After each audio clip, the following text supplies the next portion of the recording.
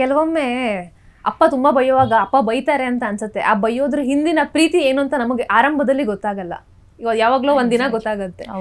ತಾಯಿ ಎಪಿಸೋಡ್ ಅಂತೂ ಅಂದ್ರೆ ನನಗೆ ತುಂಬಾ ಕನೆಕ್ಟ್ ಆಯ್ತು. ಈಗ ತಾಯಿ ವಿಚಾರ ಬಂದಾಗ ನಾವು ಏನೋ ತಿಂಡಿ ಮಾಡಿದ್ವಿ ಅಂತಂದ್ರೆ ಯಾರು ತಿಂತಾರೆ, ನಾನು ಅಲ್ಲಿ ತಿನ್ಕೋತೀನಿ ಇಲ್ಲಿ ತಂದ್ಕೋತೀನಿ ಅಂತ ಹೇಳಿ ಒಂಥರ ಅಸಡ್ಡೆ ಮಾಡಿ ಮಾತಾಡ್ತೀವಿ ನಾವು. ಬಟ್ ಆ ಸೀನ್ ಅಂತೂ ತುಂಬಾ ಬ್ಯೂಟಿಫುಲ್ ಆಗಿ ಬಂದಿದೆ. ಅದು ಅಂದ್ರೆ ನಾನು ಎಲ್ಲೂ ರಿವೀಲ್ ಮಾಡಿಲ್ಲ. ಅದು ಏನಕ್ಕೆ ಅಂತಂದ್ರೆ ಈಗ ನನ್ನ ಅದು ಯಾರೇ ರೈಟರ್ ಇರ್ಲಿ, ಯಾರೇ ಸಿನಿಮಾ ಬರ್ದಾಗ ನಿಮ್ಮ ಬ್ಯಾಕ್ ಆಫ್ ದ ಮೈಂಡ್ ಇರೋಂತ ವಿಚಾರಗಳೇ ಬರವಣಿಗೆ ಆಗುತ್ತೆ. ಬಿಕಾಸ್ ನೀವು ನೋಡದೇ ಇರೋವಂಥದ್ದು, ನೀವು ಕೇಳದೇ ಇರೋವಂಥದ್ದನ್ನ ಬರೆಯೋದಕ್ಕೆ ಸಾಧ್ಯನೇ ಇಲ್ಲ. ಕಲ್ಪನೆ ಮಾಡಿದ್ರು ಏನೋ ಒಂದು ಅಂಶ ಇರುತ್ತೆ ನಿಮ್ ಲೈಫ್ ಅಲ್ಲಿ ನಡೆದಿರೋವಂಥದ್ದು. ಇವಾಗ ತಾಯಿ ಎಪಿಸೋಡ್ ಬಂದಾಗ ನನಗೂ ಕನೆಕ್ಟ್ ಆಗುತ್ತೆ, ಅಥವಾ ನಾನು ಬರ್ದಿರೋದಕ್ಕೂ ನನ್ನ ಲೈಫ್ಗೂ ಸಾಮ್ಯತೆ ಇದೆ. ನನ್ನ ತಾಯಿನೂ ಲಾಸ್ಟ್ 1 ತಿಂಗಳು ಹುಷಾರಿಲ್ದೆ ಅವ್ರೊಂದು ಸಡನ್ ಬೆಳಿಗ್ಗೆ ನಾನು ಎದ್ದಾಗ ತಾಯಿ ತೀರ್ಕೊಂಡಿದ್ರು. ಅವ್ರು ಚೆನ್ನಾಗೇ ಇದ್ರು, ಹೆಲ್ದಿಯಾಗೇ ಇದ್ರು, ಬೆಳಿಗ್ಗೆ ಎದ್ದಾಗ ತೀರ್ಕೊಂಡಿದ್ದಾರೆ. ಅವ್ರಿಗೆ ಅವ್ರಿಗೆ ಸ್ವಲ್ಪ ಬೇರೆ ಇಶ್ಯೂಸ್ ಇತ್ತು. ಸೊ ನಾನು ಅವ್ರ ಹತ್ರ ಸರಿಯಾಗಿ ಮಾತಾಡ್ತಾನೂ ಇರ್ಲಿಲ್ಲ. ಸೊ ಅವರು ತಿನ್ಸೋದಕ್ ಬರ್ತಾ ಇದ್ರು. ಇವಾಗ ಸಿನಿಮಾದಲ್ಲಿ ಅದನ್ನ ಎಕ್ಸಾಕ್ಟ್ ಆಗಿ ಹೇಳಕ್ ಆಗಿಲ್ಲ, ಬಟ್ ಬಿಕಾಸ್ ಆ ತರ ಸಿಚುವೇಶನ್ಸ್ ಇಲ್ಲ ಅಲ್ಲಿ. ಬಟ್ ಆ ವಿಷಯಗಳು ನನ್ನ ಲೈಫಲ್ಲೂ ನಡೆದಿದೆ. ಅಮ್ಮ ಪ್ರೀತಿ ತೋರಿಸಿದಾಗ ನಾವೇನೋ ಅನ್ಕೋತೀವಿ, ಇನ್ನೂ ತುಂಬಾ ವರ್ಷಗಳು ಒಟ್ಟಿಗೆ ಇರ್ತೀವಿ, ಆ ಅಮ್ಮನ ಪ್ರೀತಿನ ಅರ್ಥ ಮಾಡ್ಕೊಳ್ಳಲ್ಲ. ಅಥವಾ ಇವಾಗ ಅಮ್ಮ ಏನೋ ಪ್ರೀತಿಯಿಂದ ಹೇಳಿದಾಗ ನಮ್ಮ ಒಳಗಡೆ ಪ್ರೀತಿ ಇದ್ರು ಕೂಡ ರಿಯಾಕ್ಟ್ ಮಾಡಲ್ಲ ಪ್ರೀತಿನಲ್ಲಿ. ಬಿಕಾಸ್ ನಾವು ಗ್ರಾಂಡೆಡ್ ಆಗಿ ತಗೊಂಡಿರ್ತೀವಿ, ನಾಳೆನೂ ಇರ್ತಾರಮ್ಮ, ನಾಳೆಗೂ ಇರ್ತಾರೆ, ಅಂತ ಸಿಚುವೇಶನ್ಸ್ ಬಂದಾಗ ತೋರ್ಸೋಣ ಅಂತ.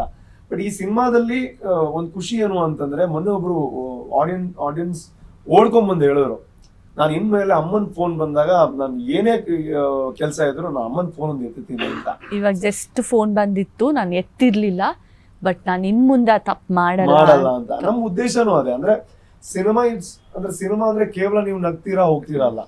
ನೀವು ನೋಡಿ, ಮನೆ ಹೋಗ್ಬಿಟ್ಟು ಇವಾಗ ಒಬ್ಬ ಅಮ್ಮ ಡೈಲಿ ಬುದ್ಧಿವಾದ ಹೇಳ್ತಿರ್ತಾರೆ, ಮಕ್ಳು ಕೇಳಲ್ಲ. ಬಿಕಾಸ್ ಅವ್ರಿಗೆ ಪ್ರೀತಿ ಇದೆ, ಬಟ್ ಪ್ರೀತಿ ಇದ್ರು ಕೂಡ ಅಮ್ಮ ಡೈಲಿ ಇರ್ತಾರಲ್ವ ಅನ್ನೋ ಆ ಒಂದು ಟೇಕನ್ ಫಾರ್ ಗ್ರಾಂಟೆಡ್ ಅನ್ನೋ ಫೀಲ್ ಇರುತ್ತೆ. ಸೊ ಸಿನಿಮಾ ನೋಡಿದಾಗ ಎಲ್ಲೋ ಒಂದು ರೀಕಾಲ್ ಆಗುತ್ತೆ, ನಾನು ಅಮ್ಮನ ಹಂಗ್ ಮಾಡ್ತಾ ಇರ್ತೀನಿ ಅಂತ. ಮನೆಗೆ ಹೋದಾಗ ಮೇ ಬಿ ಸಿನಿಮಾ ನೋಡಿ ಮನೆಗೆ ಹೋದಾಗ ಅವ್ನ ರಿಯಾಕ್ಷನ್ ಏನಾದ್ರೂ ಚೇಂಜ್ ಆದ್ರೆ, ಅಮ್ಮನ ಹತ್ರ ಒಂದ್ 2 ಮಾತು ಚೆನ್ನಾಗಿ ಆಡಿದ್ರೆ, ಅದಕ್ಕಿಂತ ದೊಡ್ಡ ಖುಷಿ ಏನಿದೆ. ಇದು ಎಷ್ಟು ಕಲೆಕ್ಷನ್ ಮಾಡ್ತೋ ಅನ್ನೋಂಥದ್ದು ಸೆಕೆಂಡ್ರಿ. ಅಟ್ ಲೀಸ್ಟ್ ಅವ್ನ ಮನ್ಸಲ್ಲಿ ಏನೋ ಒಂದು ಪಾಸಿಟಿವ್ ಇಫೆಕ್ಟ್ ಮಾಡ್ತಲ್ಲ, ಅದೇ ನಿಜವಾದ ಬರವಣಿಗೆಯ ಒಂದು ಶಕ್ತಿ ಅಂತ. ಇನ್ಫ್ಯಾಕ್ಟ್ ಒಂದು ಫ್ಯಾಮಿಲಿ ಒಬ್ರು ಅಮ್ಮ ಹೇಳಿದ್ರು, ನಮ್ ಇಡೀ ಫ್ಯಾಮಿಲಿ, ಮಕ್ಳು, ಚಿಕ್ಕ ಮಕ್ಳು ಎಲ್ರು ಹತ್ವಿ ನಾವು ಆ ಸೀನ್ಗೆ, ಪ್ರತಿಯೊಬ್ರು ಕಣ್ಣೀರ್ ಹಾಕಿದೀವಿ, ನಮ್ಗೆ ಕಣ್ಣೀರ್ ಸ್ಟಾಪ್ ಮಾಡಕ್ ಆಗಿಲ್ಲ ಅಂತಂದ್ರು. ಐ ಥಿಂಕ್ ಆ ಸೀನ್ ತುಂಬಾ ಜನ ಕನೆಕ್ಟ್ ಮಾಡಿದ್ದಾರೆ. ಐ ಥಿಂಕ್ ಅದಕ್ಕೆ ಎಲ್ಲೋ ನನಗೂ ಕನೆಕ್ಟ್ ಆಯ್ತು. ಬಿಕಾಸ್ ಅಮ್ಮ ವಿಷಯದಲ್ಲಿ ಅಲ್ಲ, ನಮ್ಮ ಅಪ್ಪ ವಿಷಯದಲ್ಲಿ ನನಗೆ ಎಲ್ಲೋ ಕನೆಕ್ಟ್ ಆಯ್ತು. ಯಾಕಂದ್ರೆ ನಾನು ಎಷ್ಟೋ ಸತಿ ಅಪ್ಪಗೆ ಕಾಲ್ ಮಾಡಿದೆ, ಬೆಂಗಳೂರಲ್ಲಿ ನಾವು ಕೆಲಸದಲ್ಲಿ ಇರ್ತೀವಿ, ನಾನು ಅವರು ಹುಷಾರ್ ತಪ್ಪಿದಾಗ ಆದಾಗ ನಾನು ಅವ್ರ ಜೊತೆನೇ ಇದ್ದೆ. ಬಟ್ 1 ವಾರ ನಾನು ಬೆಂಗಳೂರು ಬಂದೆ, ನಾನು ಬೇರೆ ಸಿನಿಮಾ ರಿಲೀಸ್ ಇತ್ತು ಅಂತ.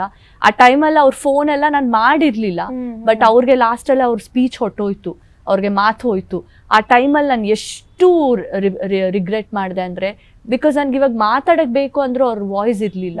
ಸೊ ಐ ಥಿಂಕ್ ಆ ಪರ್ಟಿಕ್ಯುಲರ್ ಸೀನ್ ಎಲ್ರ ಲೈಫಲ್ಲೂ ಒಂಥರ ಚೇಂಜ್ ತಂದಿದೆ ಅಂತ ಅನ್ಕೋತೀನಿ ನಾನು. Like may be next time ಅವ್ರ ಅಪ್ಪ ಅಮ್ಮ ಕಾಲ್ ಮಾಡಿದಾಗ ಅಥವಾ ಮೆಸೇಜ್ ಮಾಡಿದಾಗ ಅಥವಾ ಮುಂದೆ ಬಂದ್ರೂ ಐ ಥಿಂಕ್ ಇಗ್ನೋರ್ ಅಂತೂ ಅವ್ರು ಮಾಡಲ್ಲ ಅನ್ಸುತ್ತೆ. ಇಷ್ಟು ಯಾರು ಆಡಿಯನ್ಸ್ ಸಿನಿಮಾ ನೋಡಿದ್ದಾರೆ, ಐ ಥಿಂಕ್ ಬ್ಯೂಟಿಫುಲ್ ಮೆಸೇಜ್ ಅದೊಂದು. ನಿಜ ನಿಜ.